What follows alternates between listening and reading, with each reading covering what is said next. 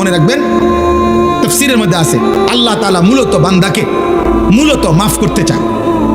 আল্লাহ তাআলা মূলত বান্দাকে জান্নাত দিতে চায়। এই জন্য আল্লাহ তাআলা বাহানা তালাশ করে কোনো না কোনোভাবে আমার বান্দারে মাফ করে দেওয়া যায় কিনা, কোনো না কোনোভাবে জান্নাত দেওয়া যায়। একটা মানুষ বুঝে আমি উনারে কথার দ্বারা ফেসাইতেছে, মনে করেন উনি আমার বলেন, আমার ভিতরে যেন আমি ওনার কথাটা শুনতাম না, এই জন্য কথা ঘুরাইতেছে। কথার কথা এমন হয়, মানুষ বুঝে ভাই আমি বুঝছি আসল কথা হলে আপনি আমার দিতেন না, এর লেগে হুদাই ঘুরাইতেন আছে। বুঝেন না এই কথাটা? ইচ্ছা করে কি হে বুঝতে চাচ্ছেন। তো আল্লাহ তাআলার বিষয়টা এমন না যে আল্লাহ যেন চাচ্ছে যে না আমি তোরে মূলত জাহান্নাম দেব, না না, কসম আল্লাহ বলছে বান্দা আমি মূলত চাই জান্নাত দিতে, আমি মূলত চাই মাফ করে দিতে।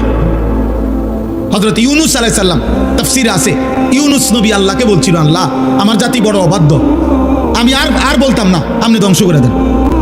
তখন তাফসীর আছে ইউনূস আলাইহিস সালামকে আল্লাহ বলছিলেন, ওই যে এখানে একটা লোক মাটি দিয়া মাটির পাত্র বানাইছে অনেকগুলো, তুমি একটু তার কাছে যাও তো। কুমার আর কি, কুমার। ইউনূস আলাইহিস সালাম ওই লোকটার কাছে গেছেন। তা আল্লাহ বলছেন, ইউনূস ওই বেটারে শুধু একটা কথা বলো যে সে যে এই মাটি দিয়ে মাটির পাতিল বানাইছে, এরকম তার হাতের বানানো একটি মাটির পাতিল ভেঙে ফেলতে বলো, তারে ভাঙে লাইতে। ইউনূস আলাইহিস সালাম বলছে, হে ভাই আপনি আপনার বানানো এই মাটির পাতিল থেকে একটি পাতিল ভেঙে ফেলেন। তখন ওই কুমার সে বলছে, এই মিয়া আমার নিজের হাতের বানানো মাটির পাতিল আমি ভাঙবো কেন? বোকা নাকি আমি? কেন ভাঙবো? এত যত্ন করে আমি বানাইছি।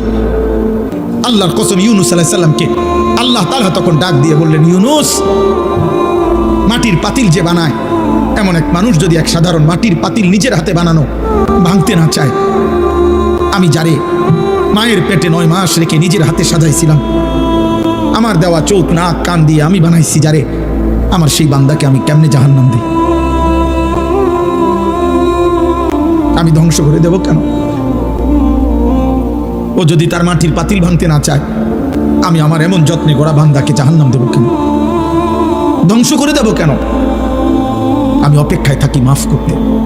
আমার বান্দা কোনো দিন যদি 1 ফোঁটা রাত গভীরে চোখের পানি ফেলে, আমি ওরে মাফ করে দেব। যদি বলে বান্দা আল্লাহ গুনাহ অনেক বেশি, আল্লাহ বলবে সমুদ্রের ফেনার চাইতেও বেশি, বান্দা বলবে না। আল্লাহ বলবে আসমান পরিমাণ উচ্চতার চাইতেও বেশি, বান্দা বলবে না। তা আল্লাহ বলবেন, বান্দা আমি তো আসমান ছোঁয়া পর্যন্ত গুনাহ মাফ করতে রাজি।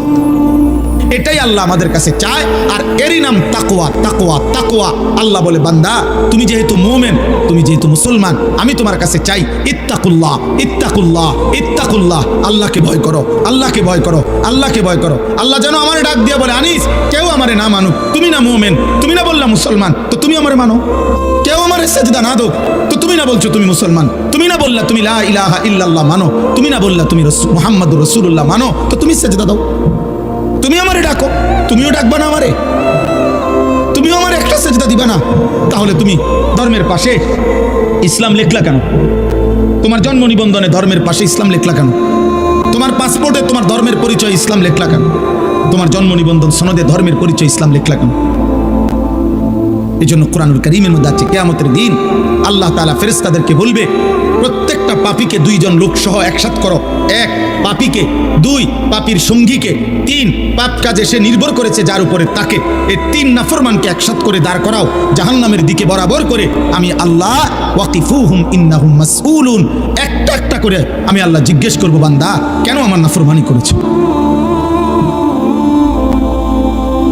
হ্যাঁ, আপনি এই জন্য ভাবেন। আমি এখনই দোয়া করব, এই রাত গভীরে আব্বা, নওজোয়ান বয়স্ক বাবা, একবার হইল বিবেক দিয়া সারাদিন শেষে রাত্রে ঘুমাইবার আগে প্রত্যেকটা কিশোর যুবক বাবা, আমি আপনার 1 মিনিটের জন্য 30 সেকেন্ডের জন্য হলো চোখ বন্ধ করে একবার ভাইবেন, আজ যা করছেন তা আমি মুসলমান হিসাবে ঠিক হলো?